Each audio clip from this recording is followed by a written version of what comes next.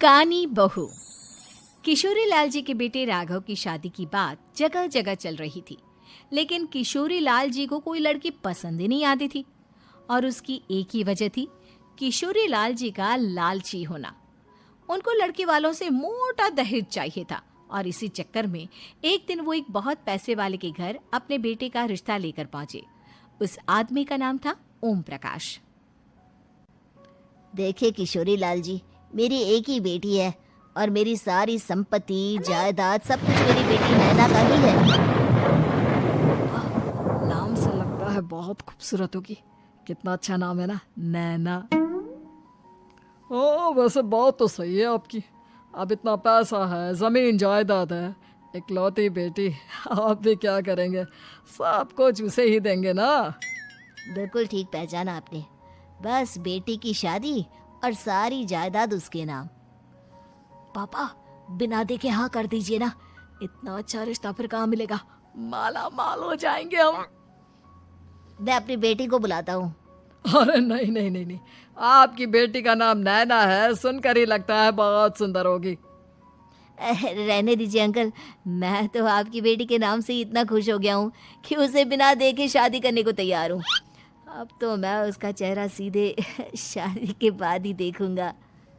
और इस तरह राघव नैना का चेहरा नहीं देखता और उससे शादी कर लेता है। शादी के बाद अपनी सुहाग रात पर जब राघव नैना का घूंघट उठाकर देखता है तो नैना की आंखें बंद थी।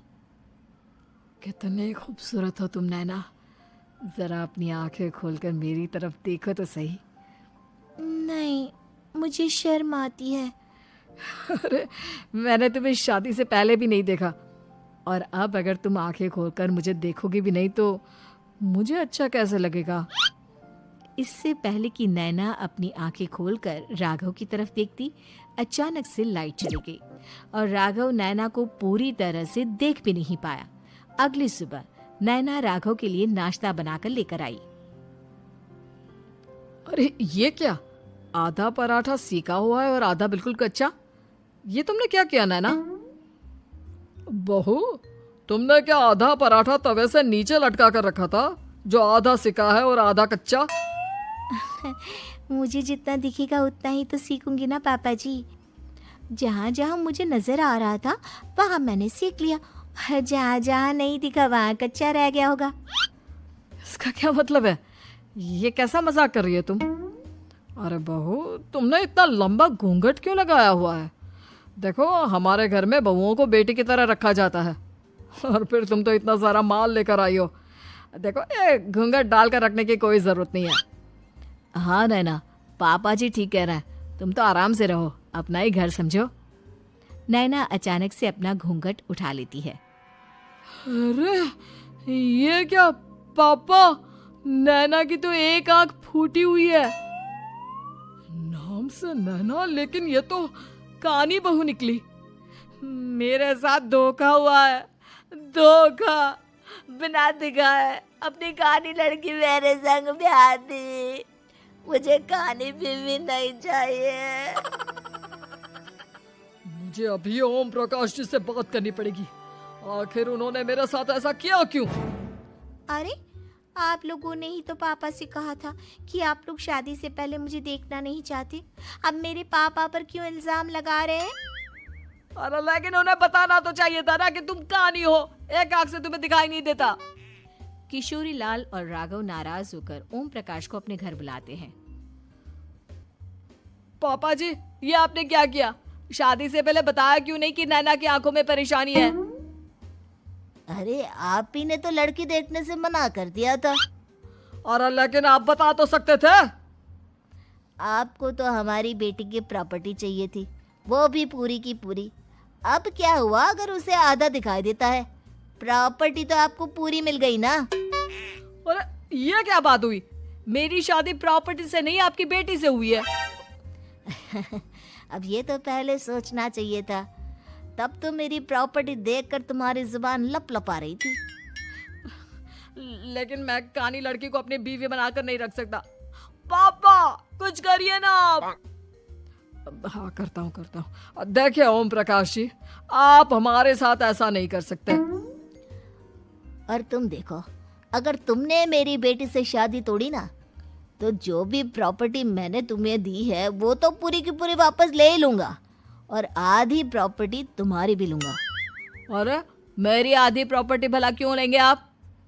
इसलिए क्योंकि मेरी बेटी को आधा नजर आता है और उसकी नजर अभी तक तुम्हारी आधी जायदाद पर ही पड़ी है।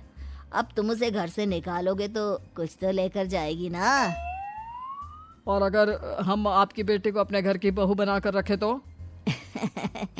तो तुम्हारी पूरी प्रॉपर्टी तुम्हारी ही रहेगी, और जो मैंने तुम्हें दिया है ना, उसमें से बस मैं आधा लेकर जाऊंगा। अरे लेकिन अब आप अपनी दी हुई प्रॉपर्टी में से आधी वापस क्यों लेकर जाएंगे? अगर मैं आपकी बेटी को अपनी पत्नी बनाकर रखने को तैयार हूं तो? इसलिए ताकि भविष्य में अगर तुम मेरी बेटी को धोखा दो तो उसके पास कुछ तो रहे जो पति का हो। वैसे मेरे पास तो बहुत कुछ है, लेकिन अपने पति की कोई निशानी तो उसके पास होनी चाहिए ना। अब अगर तुमने मेरी बेटी को कानी कहा तो तुम्हें प्रॉपर्टी भी कानी ही मिलेगी, पूरी नहीं। जमाए राजा। किशोरी लाल और राघव समझ चुके थे कि वो बुरी तरह फंस चुके हैं और अब उनके पास वहां से निकलने का कोई चारा नहीं है। अब समझ में आया ना, लालच बुरी बला होती है। एक तो तुम्हें प्रॉपर्टी मिली, ऊपर से बीवी मिली, उसमें तुम्हें नखरे भी दिखाने हैं। आए बड़े, चुपचाप बैठो दोनों। कुछ दिनों के बाद नैना राघव की कार लेकर बाजार घूमने निकलती है और जब कार लेकर वापस आती है, ये क्या? एक तरफ से मेरी गाड़ी पूरी खराब हो चुकी है। लगता है तुमने मेरी गाड़ी को किसी दूसरी गाड़ी के साथ एक्सीडेंट किया है। अरे अरे कितना बड़ा नुकसान कर दिया तुमने बहू। वो क्या है ना पापा जी, मुझे एक आंख से दिखाई नहीं दे रहा था, सामने से गाड़ी आ रही थी। मुझे तो सिर्फ आधा ही दिखाई दिया और वो गाड़ी मेरी कार से रगड़ते हुए निकल गई। अब मैं क्या करूं बताओ? आप इसे ठीक कराने के पैसे कौन देगा? तुम्हारे पापा? तुमने मुझसे इस तरह से बात की? अभी रुको। नैना राघव की शिकायत ओम प्रकाश को कर देती है। देखो राघव, अब जो मेरी आधी प्रॉपर्टी तुम्हारे पास थी ना, उसमें से आधी और मैं लेकर जाऊंगा, क्योंकि तुमने मेरी बेटी को डांटा। अरे नहीं नहीं पापा जी, गलती हो गई, माफ कर दो। गलती की तो कोई गुंजाइश ही नहीं। अगली बार मेरी बेटी को डांटा तो बची हुई आधी में से आधी और ले जाऊंगा। लालच के चक्कर में हम दोनों ने बहुत बड़ी गलती कर दी बेटा। एक तो तुम्हें कानी बहू मिली और ऊपर से जो माल मिला वो भी काना। इस तरह राघव की हर एक गलती पर ओम प्रकाश उसकी प्रॉपर्टी का आधा आधा हिस्सा लेकर अपना सारा माल वापस ले गया और राघव को कानी बीवी से काम चलाना पड़ा। भाई लालच वाकई में बुरी बला है।